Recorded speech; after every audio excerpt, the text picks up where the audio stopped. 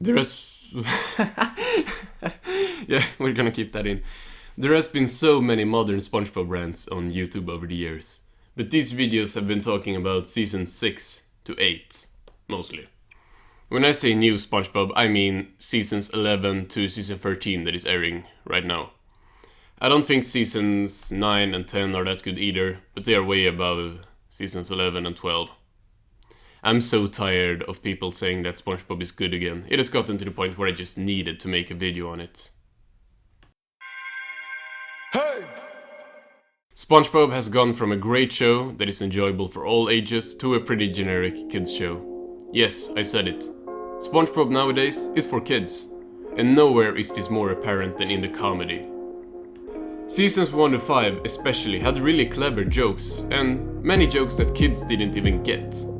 Now we only have slapstick. I'm serious, there are pretty much zero dialogue-based gags anymore.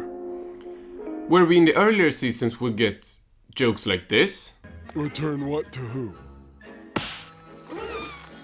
Aren't you Patrick Star? Yep, And this is your ID. yep. I found this ID in this wallet.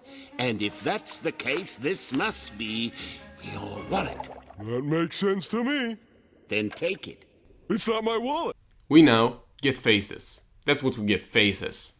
Whether this is because Nickelodeon thinks kids find this funny, or they are desperately trying to create new memes, since the latest SpongeBob meme was the mocking SpongeBob from Little Yellow Book, and that aired almost 10 years ago. The fact stands that we don't get clever gags anymore.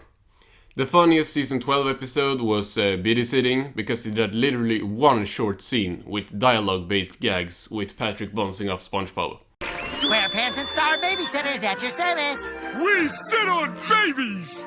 Not literally. Yeah, not in Italy. And that is the closest we will get to the Hillenberg writing in the jokes department. One pretty funny joke in a whole season. So, since all the other jokes come from the animation, I figured it might be good to talk about the animation as well. So, the animation looks good. I mean, it obviously looks high budget and well produced, but it has no charm. Just comparing a picture of the characters in season 12 to them in season 1 or really any pre-movie season, you can just tell the passion put into the first seasons of the show. And this mostly comes from the great late Steven Hillenberg. But like, was Steven the only one on the whole team that knew the show took place underwater?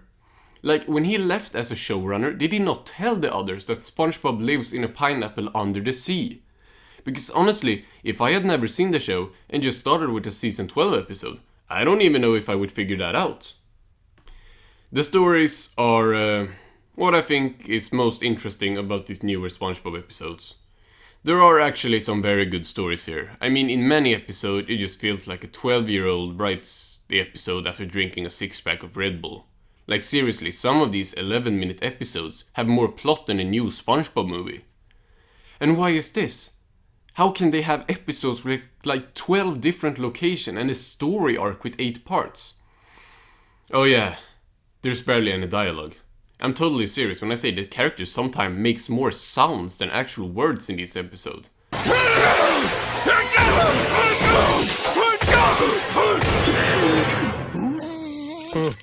Like SpongeBob going, huh? And stuff. Compare this to this scene in ARG. 1,000 paces east. Oh, east? I thought you said west. West?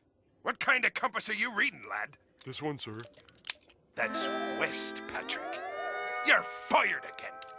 So, I'll take a look at the worst episodes of these modern seasons so I can get some of my anger out. I'm gonna be looking at season 12 because I think that's the worst season. And I'm gonna skip the worst one for me, which is Sandy's Naughty Nieces, because I think I would get brain damage from talking about that episode anymore. So, Plankton's old chum, terribly boring. A terribly boring special on that.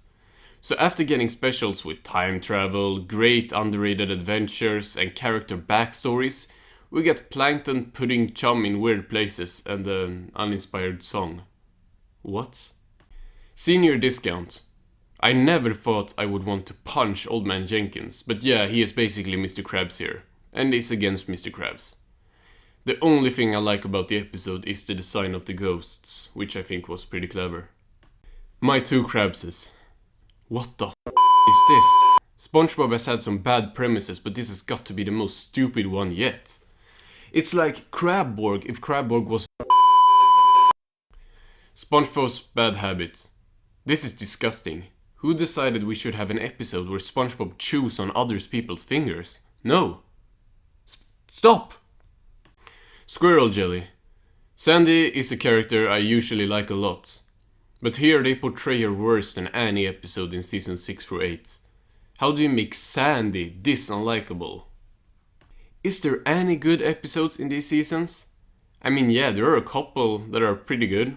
The ones that come to mind are Dream Hoppers, Escape from Beneath Glad World, Krusty Cleaners and Doodle Dimension. These are the episodes that I gave an 8.5 out of 15 or more. Most of the episodes that I give an okay rating just have nice visuals or an interesting story. There is no heartfelt or hilarious episodes in these seasons. And that is how I would describe the episodes in these seasons. Heartless. There is a reason that the first seasons of the show are so iconic. Stories like Band Geeks, Christmas Who and SB129 has heart and emotion. Even in the seasons that people claim this to be such an improvement over, there were episodes like Single Cell, Anniversary, Enchanted Chicky Dreams and Hello Bikini Bottom.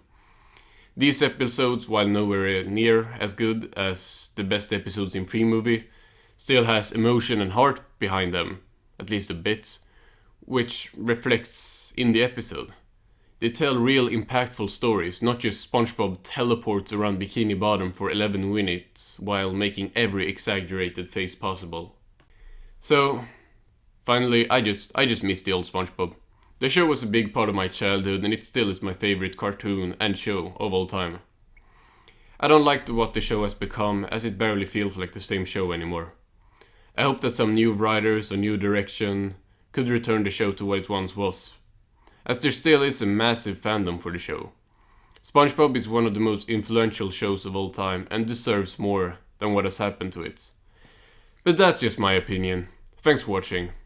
One watermelon fresh from the manure field. Your spookiness.